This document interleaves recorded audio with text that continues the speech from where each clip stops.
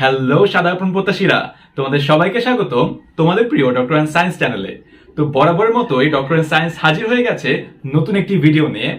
তো যেহেতু মেডিকেল ভর্তি পরীক্ষা শেষ, সেহেতু আরো দুটি পথ খোলা আছে তোমাদেরকে ডাক্তার হবার। তো ডাক্তার হওয়ার জন্য যে দুটি পথ খোলা আছে তা হলো এএফএমসি এবং ডেন্টাল ভর্তি পরীক্ষা। তো এই দুই জায়গায় ভর্তি পরীক্ষায় তুমি যদি চান্স পেতে পারো, তোমার ডাক্তার হওয়ার স্বপ্ন কিন্তু এখনো পূরণ হতে পারে। এই ক্ষেত্রে একটি কথা বলে রাখি, তা হলো যে শুধু স্বপ্ন দেখলেই হবে না, স্বপ্ন পূরণের জন্য প্রয়োজন সঠিক প্রস্তুতি। তো তোমাদের প্রস্তুতি আরো মজবুত করার জন্যই ডক্টর অ্যান্ড সায়েন্স।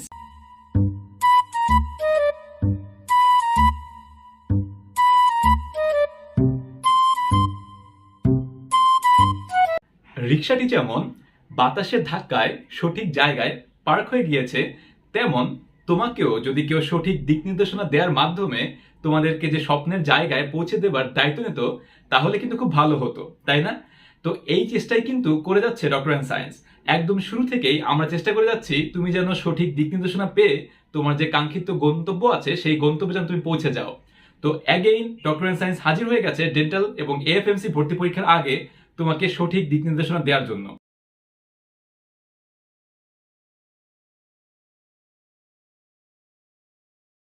একটু আগে স্ক্রিনে একটি রুটিন দেখানো হলো। তো এই রুটিন অনুযায়ী প্রতিদিন তোমাদেরকে রাত 8টায় সাবজেক্ট, মানে যেই সাবজেক্টগুলো দেওয়া হয়েছে এই সাবজেক্ট অনুযায়ী রিভিউ দেওয়া হবে, এবং ওই সাবজেক্টে কোন কোন মানে যে অধ্যায়গুলো রয়েছে এই অধ্যায়গুলোর কোন কোন স্থান থেকে প্রশ্ন আসে তা বলা হবে। তো তোমাদেরকে সবাইকে অনুরোধ করা যাচ্ছে যে প্রতিদিন ইউটিউবে রাত 8টায় তোমরা হাজির হয়ে যাবে আমার এই অনুষ্ঠানগুলো দেখার জন্য। তুমি কি চাচ্ছ যে ডেন্টাল কলেজ কিংবা এএফএমসিতে নিজের চান্স সুনিশ্চিত করতে? তাহলে তোমাকে মোট 5টি কাজ করতে হবে। আজকের এই ভিডিওতে তোমাকে কোন 5টি কাজ করলে একদম ডেন্টাল ভর্তি পরীক্ষায় কিংবা এএফএমসিতে তোমার চান্স শিওর হবে তা জানানো হবে। দাঁড়াও, কোন 5টি কাজ করতে হবে তা নিয়ে খুব শীঘ্রই আলোচনা করব। তার আগে তোমাদের একটি ভুল ভাঙিয়ে নেই, তোমাদের মনটিকে একটু শান্ত করে নেই নাকি। তো ভালো করে খেয়াল করো যে তোমরা যারা অলরেডি ডিমোটিভেট হয়ে গেছো যে মেডিকেল ভর্তি পরীক্ষায় 4000 স্টুডেন্ট চান্স পেয়েছে, এই 4000 স্টুডেন্টের মধ্যে আমি ছিলাম না। তারপর ডেন্টাল ভর্তি পরীক্ষায় স্টুডেন্ট চান্স পাবে 500 জন এবং এএফএমসিতে চান্স পাবে 90 জন। তো যেহেতু 4000 জনের মধ্যে ছিলাম না, তাহলে কিভাবে আমি ডেন্টালে 500 জনের মধ্যে এবং এএফএমসিতে 90 জনের মধ্যে থাকবো?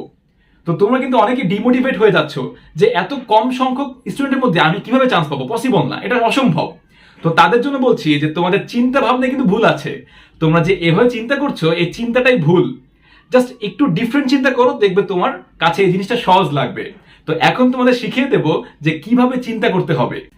এখনই তোমাদের ভুল ভাঙিয়ে দিচ্ছি। তো তোমাদেরকে চিন্তা করতে হবে এমন ভাবে যে ডেন্টাল ভর্তি পরীক্ষায় 500 জন চান্স পায়, এইভাবে চিন্তা করা যাবে না। তোমাদেরকে চিন্তা করতে হবে যে ডেন্টাল ভর্তি পরীক্ষায় তোমার প্রায় 75+ যদি পাও তাহলে কিন্তু তুমি চান্স পাবে। অর্থাৎ ডেন্টাল ভর্তি পরীক্ষায় তোমার কাট মার্কস ওঠে 75। তো বিগত বছরে যে কাট মার্কস সেই অনুযায়ী একটা ভিডিও আছে আমার, তুমি ওই ভিডিওটি ইচ্ছে করে দেখে আসতে পারো। যে আমি সেখানে বলেছি যে ডেন্টাল ভর্তি পরীক্ষায় যদি তুমি কোনোভাবে 75-এর উপরে নাম্বার পাও, 100 মার্কসের পরীক্ষায় তুমি যদি 75+ পাও, তাহলেই কিন্তু তোমার চান্স হয়ে যাচ্ছে। তো এই ক্ষেত্রে হচ্ছে তোমাকে চিন্তা করতে হবে যে আমাকে 75+ পেতে হবে। তুমি যদি 75+ না পাও তখন মন খারাপ করো যে হ্যাঁ আমাকে 75+ পেতে হবে, আমাকে আরো খাটতে হবে, এখনো প্রায় 1 মাস বাকি আছে, আমাকে আরো খাটনি করে আমাকে 75+ যে করে হোক আনতে হবে। তো এভাবে নিজেকে খাটনি করাও, এই নিয়ে নিজেকে মন খারাপ করাও। কিন্তু এভাবে ডিমোটিভেট হয়েও না যে মাত্র 500 জন চান্স পাবে, এটা ভেবে ডিমোটিভেট হবে না। তো তোমাদেরকে আরেকটা জিনিস বলি, তা হলো যে তোমরা সবাই বেশিরভাগ এখানে যারা আছো তারা কিন্তু জিএসসি পরীক্ষায়, পিএসসি পরীক্ষায়, এসএসসি পরীক্ষায় A+ পেয়েছো। তোমাদের মধ্যে কিন্তু এখানে যারা আছো বেশিরভাগ কিন্তু A+ পাওয়া স্টুডেন্ট। তার মানে তোমরা কিন্তু জিপিএ 5 পেয়েছো, অর্থাৎ তোমাদের নাম্বার ছিল 80-র উপরে। বোর্ড পরীক্ষায় তোমাদের নাম্বার ছিল 80-র উপরে। তার মানে তোমার যে ব্যাকগ্রাউন্ড, তুমি অলরেডি 80-র উপরে নাম্বার পেয়ে এসেছো তোমার এ যাবৎকালে যতগুলো বোর্ড এক্সাম হয়েছে। তো এমন কি হলো তোমার সাথে যে তুমি মেডিকেল ভর্তি পরীক্ষা কিংবা ডেন্টাল ভর্তি পরীক্ষা কিংবা এএফএমসি ভর্তি পরীক্ষায় 80 পেতেই ভয় পাচ্ছ? তোমাকে এভাবে চিন্তা করতে হবে যে হ্যাঁ আমি 80 পাবো, 80-র বেশি পাবো, কারণ আমি অলরেডি এ প্লাস পাওয়া স্টুডেন্ট, আমি এ প্লাস পেয়ে এসেছি। তোমরা যারা এ প্লাসের কম পেয়েছো তারাও কিন্তু 70-এর উপরে নাম্বার পেয়েছো, রাইট? তোমরা যারা মেডিকেলে কিংবা ডেন্টালে ভর্তি পরীক্ষা দেওয়ার সাহস করছো, তোমাদের নাম্বার কিন্তু অলরেডি 70-এর উপরে। তো তোমাদের ব্যাকগ্রাউন্ড কিন্তু 70-এর উপরে অলরেডি পেয়েছো তোমরা। তো তোমরা কেন, কি ভেবে তোমাদের মধ্যে এই চিন্তা আসছে যে তোমরা 80-এর উপরে নাম্বার পাচ্ছ না, তোমাদের 80 পেতে ভয় লাগছে? তোমরা কেন ভুলে যাচ্ছ যে তোমরা কিন্তু অলরেডি 80-এর উপরে নাম্বার ক্যারি করে এসেছো তোমাদের লাইফে? সো তোমাদের কি এমন ভয় পাচ্ছ তোমরা যে তোমরা এখানে এসে ডেন্টাল ভর্তি পরীক্ষা এসে, এফএমসিতে এসে, মেডিকেলে এসে 80 পেতে ভয় পাচ্ছ? এত কম কেন পাচ্ছ? জাস্ট নিজেদের মাইন্ডসেটটাকে চেঞ্জ করো। আমি তো আমার আগের ভিডিওতে বলেছি যে তোমাদেরকে জাস্ট এতটুকু মেন্টাল টাফনেস লাগবে তোমাদেরকে এই সকল ভর্তি পরীক্ষায় চান্স পেতে হলে। তো মাত্র মেডিকেল ভর্তি পরীক্ষা শেষ হলো, তো এখনো কিন্তু এফএমসি এবং ডেন্টাল বাকি আছে। তোমার সাদা অ্যাপ্রন পড়ার এখনো অনেকগুলো অপরচুনিটি বাকি আছে। তো তোমাকে এই অপরচুনিটিগুলো ডাকছে এবং তুমি কিন্তু এখনো ডাক্তার হতে পারো, দেশে সেবা করতে পারো। আর মাত্র অল্প কয়েকদিন বাকি আছে। তো তোমাদেরকে এখন জানাবো যে কোন 5টি কাজ করলে তোমাদের জন্য ডেন্টাল কিংবা এফএমসিতে চান্স পাওয়া সুনিশ্চিত হয়ে যাবে, তোমরা ইজিলি চান্স পেতে পারো। জাস্ট এই 5টি কাজ যদি রেগুলার করো, রেগুলার বেসিসে অর্থাৎ ডেইলি করো, যে কদিন বাকি আছে।